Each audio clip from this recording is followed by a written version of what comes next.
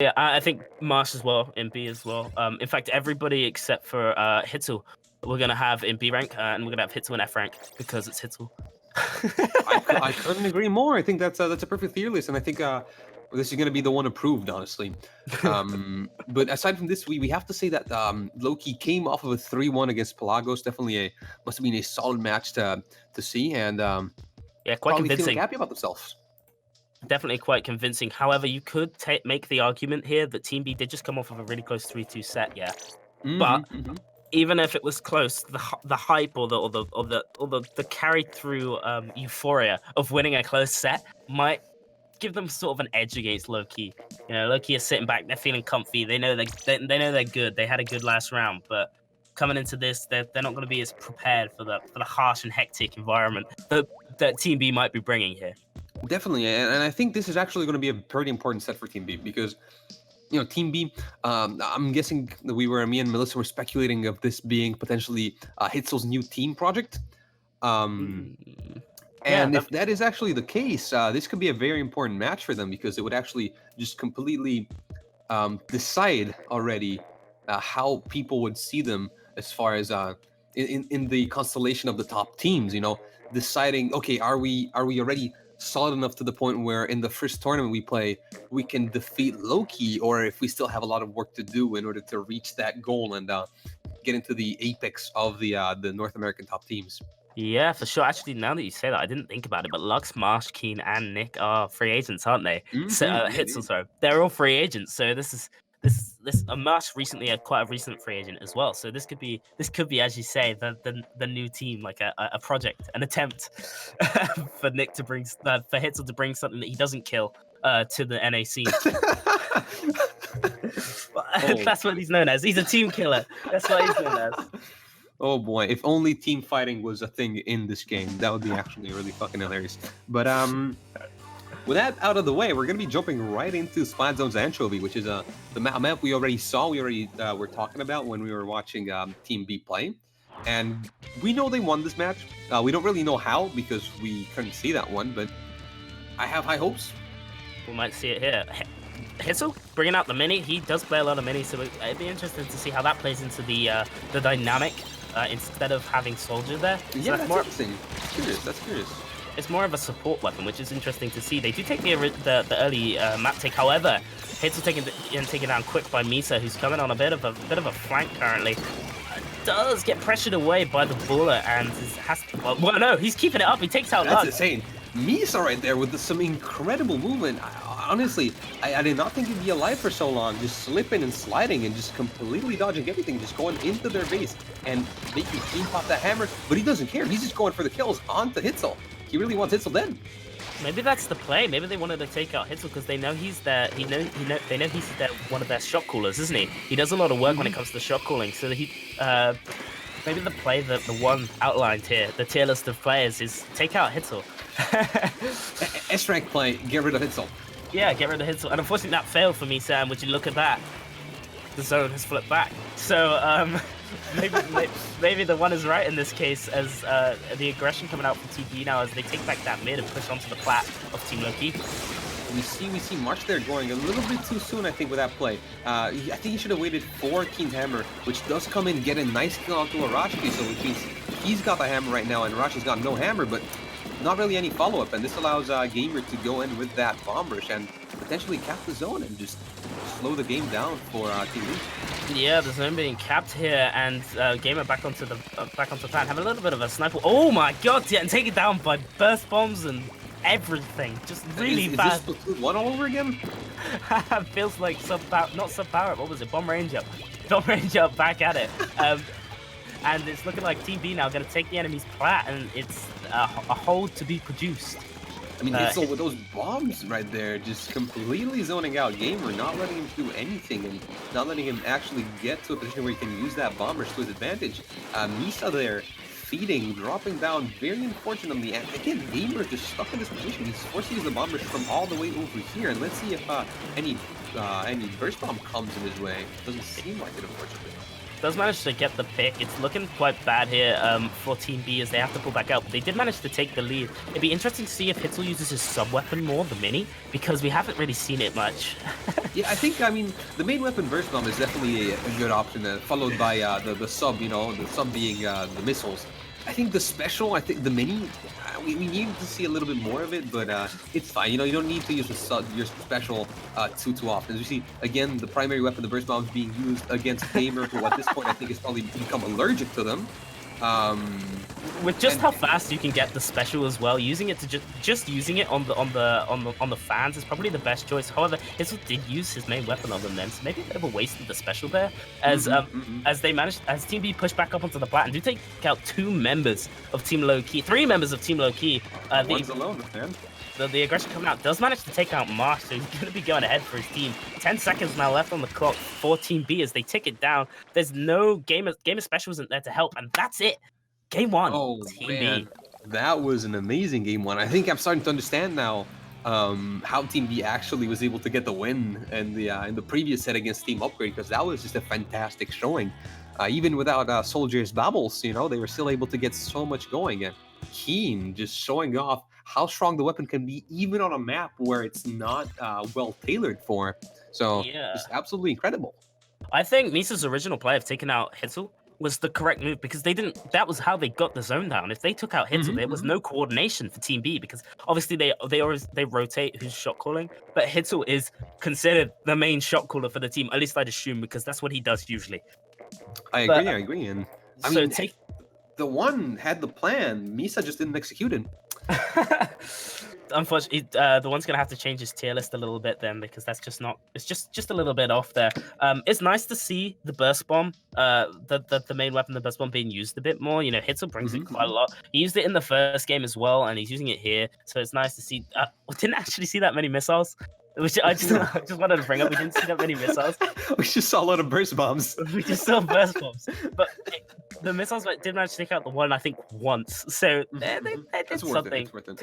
But the burst bomb's doing a lot of work for the team, I think, and it was definitely the move. I think it's still going up in the tier list. Yeah, he's going up in the. I think we're gonna put him into D class now. From F to D. Okay. That's pretty good. That's a good jump. That's a good jump, honestly. Decent jump. HD's trying his best. But okay, counter picks though. What do you think Lowkey's gonna go for? I see here the cursor being set on tower control, but I don't know if that's what they're gonna go for. I don't know what goes through the one's head, so I have genuinely no idea what they're gonna pick. It does seem to be tower control, however, and it's gonna be tower control. We don't know yet. There's some tension. This is a Alfred Hitchcock movie. There's the tension rising right now, and is he gonna actually? Oh boy, they're going for Splatzone's Gobi. Okay, so quick moment to fill you up right now.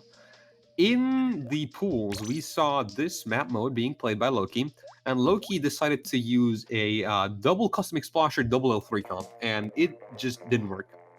Just straight up didn't work. I thought you were gonna tell me that it worked out perfectly. No. It just didn't work. Like we saw Plumeria completely shut Lowkey down during that game. Oh my god! Like absolutely, completely shut them down. Oh, that's so if they're going to go for the same comp, I am curious to see if it's actually going to work. Because if not, it's like fail once, shame on you. Fail twice, shame on the mice. I don't know. Yeah, shame on you. I don't know where I was going with that one. I thought there was a popular saying that went like that, but I guess I was wrong. I think it's fool me once, shame on you. Fool me twice, shame on me. Oh yes. Exactly. There we go. Yeah, but it doesn't work out in this situation, I don't think. But you tried. That's what matters. I tried. I tried. I'm really bad with saying, so every time I say one, I completely mess it up. But aside from that, do you think Team B is going to change their comp to potentially deal with this form of cheese that we might see from Lowkey? I think Hitzel might switch over to the Mini. And we'll see Lux on the Charger potentially. So aside from that, Keen and Marshall stay the same. And we see Hitzel taking quite a bit to choose his weapon, so he might be going for that brown end zap, which I so much love, and I know he really likes as well. So it is alright. It's not a bad weapon. It's just a bit weird. Yeah, it gets Sprinkler going. It gets Storm. It's pretty annoying for for slower weapons like the Explosion to deal with because you're constantly forced out. So we do see Splash-O-Matic. Okay, pretty cool. Splash-O-Matic. And we don't see the cheesy comp. There we Yeah, go. but still a double backline coming out from Lowkey, which I did expect, but it's still decent. It's still really strong, considered really strong. And Arashi moving over to the standard L3. So we'll see what happens here. Currently skirmishing, you know, the standard start of the game. Boring skirmishing stuff happens. Ooh, quick. Ooh. Yeah. Early quick pick, Inkjet fight going on here, just real quick. Oh, manages to take down the squid bag as well. Squid bag, oh my god, Marsh, you monster! Absolutely beautiful, just showing off first of all, how good Marsh is, but also how cool the L3D actually can be, because you have to keep in mind that the Inkjet here can just allow him to get freely onto the enemy plat and just shut down this Exposure plus heavy combo. Yeah, exactly. Yeah, that Inkjet's going to be really integral with the offensive style that it seems Team B are going for here. Two members down on Lowkey as the one tries his very best to take the zone, but he's kind of being pushed back here. He can't really do much. And he's tried his best. He was just single-handedly slowing down the zone. It's kind of like what the Explosion likes to do most of the time. And with the jetpack again coming in here from Mars, this is going to be really tough because Explosion is a weapon that can't kill jetpack. Essentially, it is incredibly tough, and you just saw how well that played in the favor of Team B. You know, we saw Arashi there locking his own jetpack, essentially being unable to support anything happening in flat. So that just completely backfired for them. Yeah, that was an unfortunate play for them as here as Keen pushes up really far with the Tensorbrella, allowing his team more time. Gets the hammer out, manages to take out one. He's going for Arashi. Oh, he misses the hammer throw and gets taken down. So that's 2 down now for Team B. There's only 13 points left on the splat, so it's looking like Lowkey are going to have to rush him fast. 6, 5, we're counting down really quick. Oh, and then there's the cap.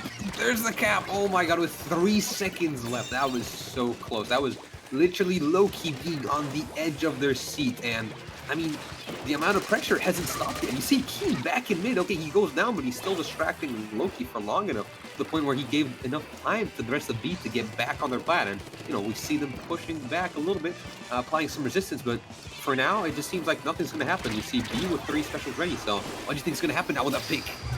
Oh, that's an early pick. Lux coming in with the Booyah Bomb now. It's a 3v3. The Booyah Bomb's enough to take back the zone. The Inkjet, unfortunately, not really getting anything for Team B. Lux being caught out a little bit. Does get taken out by Gamer, unfortunately. And it's going to be a hold for Lowkey at this point. Yeah, I mean, they did get the penalty, but I don't think it was enough. I don't think it was what they needed. They really needed to get those picks, so they really need Lowkey to get out of this zone. They need to get them dead because this timer is ticking down once more, and another penalty like that is not going to do too much for them. Yeah, that will be unfortunate. I forgot to mention it at the start, but it does look like Nick is going to stick with Burst Bomb as his main weapon for a while.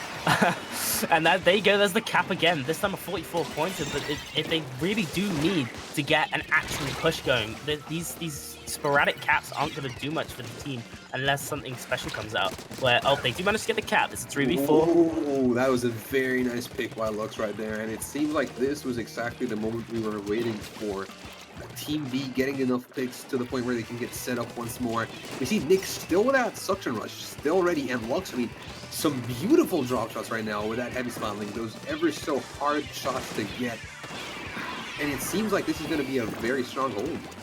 Yeah, it's interesting to see the fact that Nick hasn't used that suction rush much. It's incredibly important. Well, I mean, I say much. He's used it a bit, but like to 3 times. I don't think it's much. I agree with you. He could have used it a lot more. That weapon gets suction rush really fast. It's incredibly useful for zone holding, and I don't think he's been using it to its fullest here. No. As we say, that Lowkey manages to take back the zone, and it's going to be this last minute left now for Lowkey as they try and beat that 3-point push that Team B managed to get the start.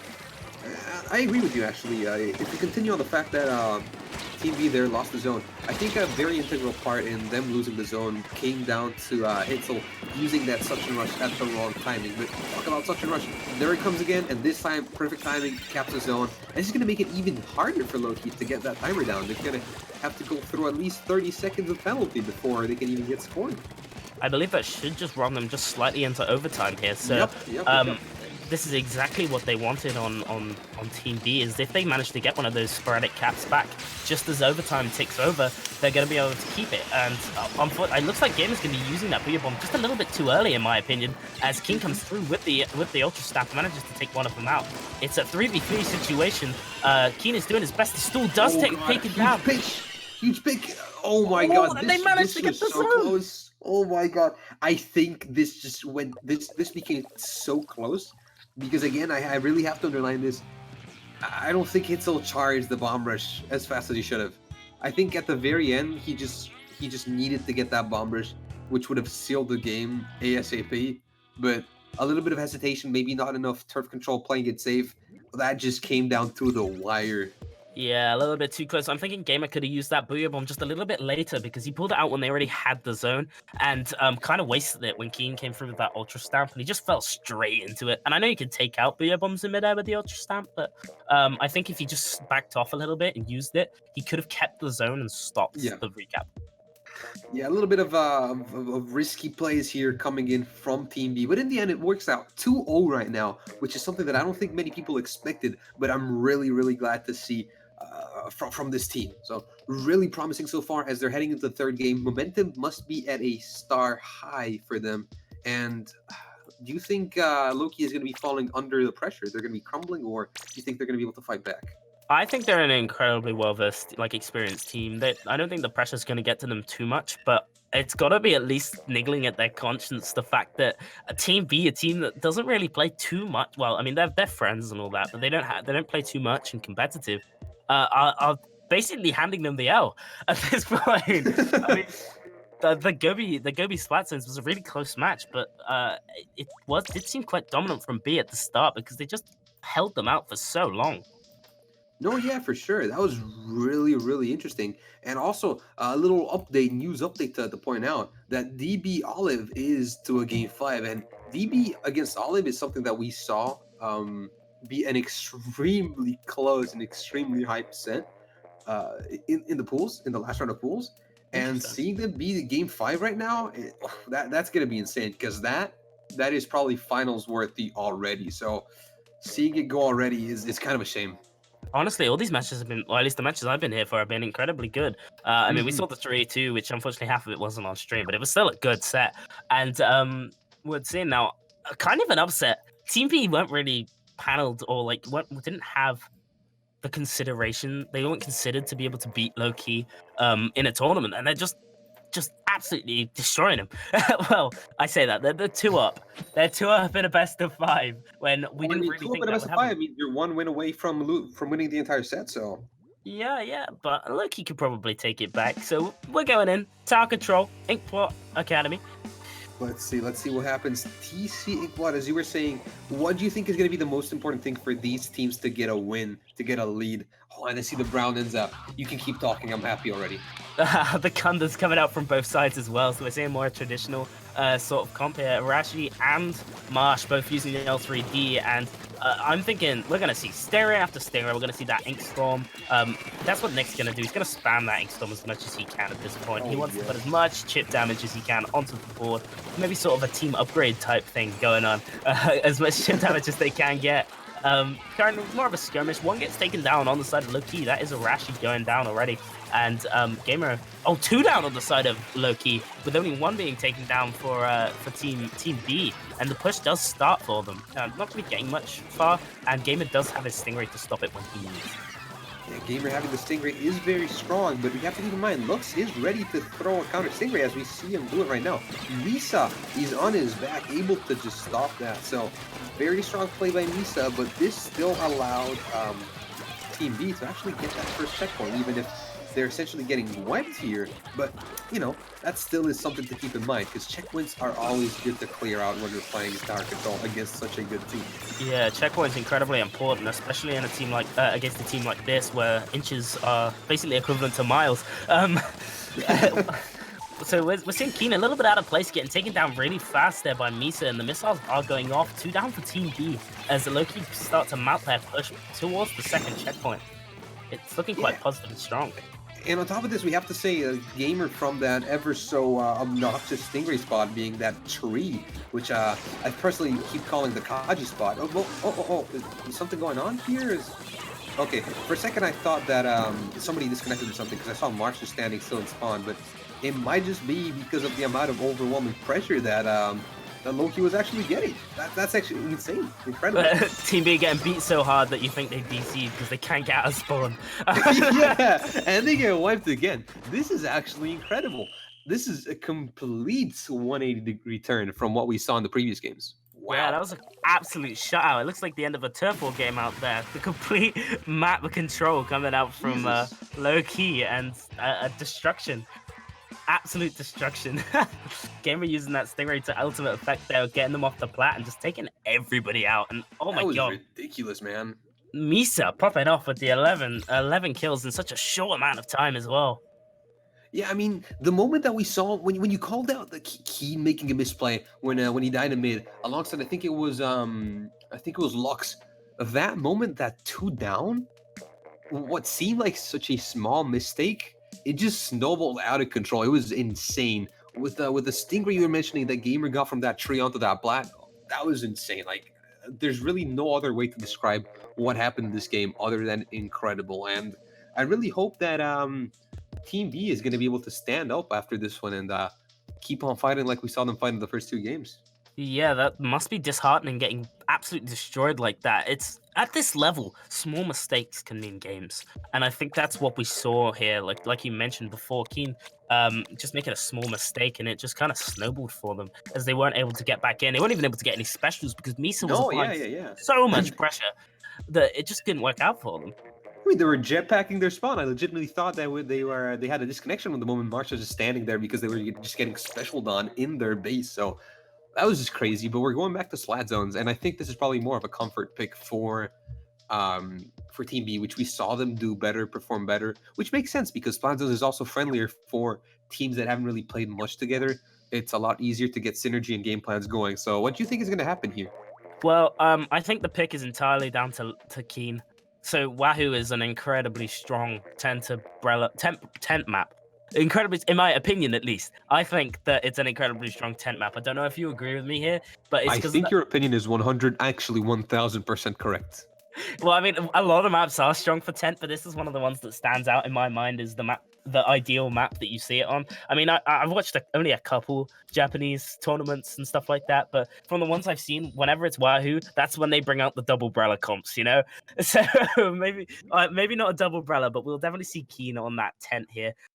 Hopefully Team B can bring it back with a strong, well, not bring it back, but hopefully they can take it with a strong one here. That's who my money's on. So we'll see. And we see that 10. We see that Vanilla Zap. Interesting choice coming in from Hitzel. Still going for that extremely solid Ninja Squid set, which I have to say, if anybody plays NZap, try it out because it's really good. But I'm just shocked that we don't see the Rain NZap because having played it here, I think it's so strong as a weapon. It's just like an underestimated pick. But Stingray Wars right off the bat. Lux managing to take it. I'm just kidding. Nobody loves to see Stingray Wars, but it's part of our meta. We have to agree. We have to agree. You're right. We see Lux winning it, trying to go for a second clean up there. Unfortunately, unable to do so, and this allows a quick stop on the timer. Thanks to, I'm guessing it's Misa's. It's Misa's Via Bomb. Yeah. So Gamer now with a free reign on that Stingray, trying to get a pick.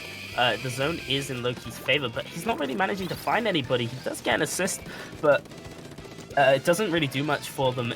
The zone's still already there, so it's not going to do much in the long run as he tries to earn another Stingray before Lux can take him out. The Baller coming in now to try and get that cap as Marsh getting taken down, however, really fast, and Keen coming in with the Brella. It's a Brella war, the Brella's break, and the zone stays with Lowkey.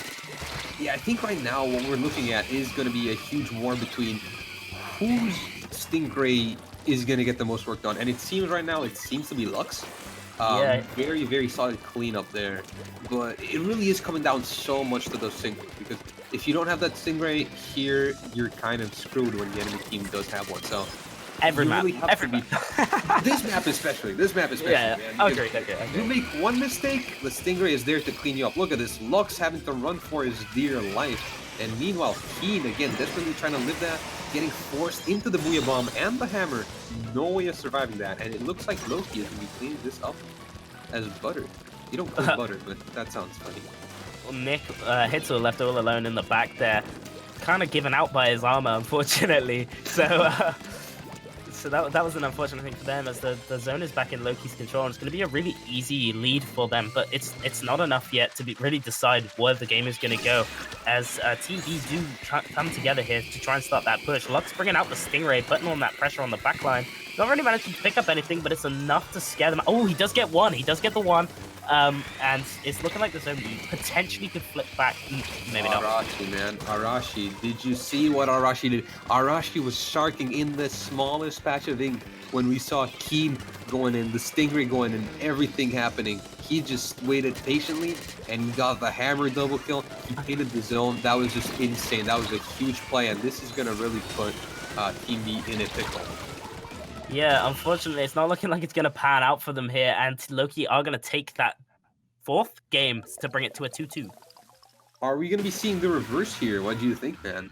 I don't know. If anybody could do it, Lowkey can. They have the pedigree, they have the experience as a team, and the only thing that could really throw them off would be the map pick coming out from Team B, I believe.